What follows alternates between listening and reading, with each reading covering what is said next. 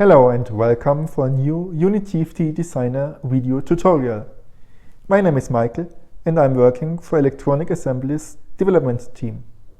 This tutorial discusses the basic functionalities of using groups in the UnityFT Designer.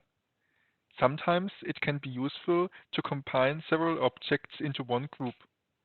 This way, related objects can be easily moved in the designer without changing their position in relation to each other. First, select all elements that should be part of the new group. With the right mouse button, you get to the context menu. Here, you select the entry Group. There are two different ways to select objects within groups. On the one hand, you can select them directly on the left side in the project tree. If you want to select them in the graphical area, you have to hold down the alternate key and click on the desired object.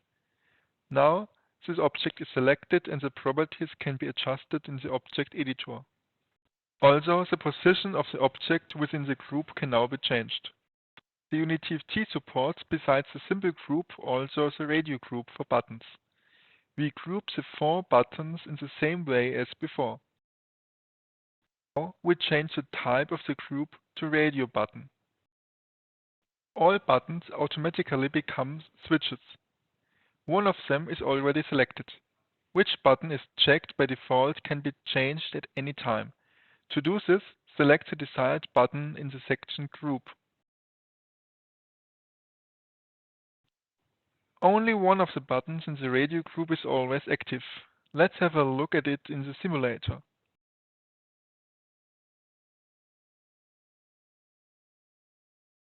Via the menu item module, we can activate the function Enable Object Change. This entry allows us to manipulate the object in the simulator. If you click on a group, you will see that all elements are also connected in the simulator. I hope you enjoyed today's UnityFT video tutorial. Maybe you have time and play around a little bit with our sample projects and enjoy our other tutorials.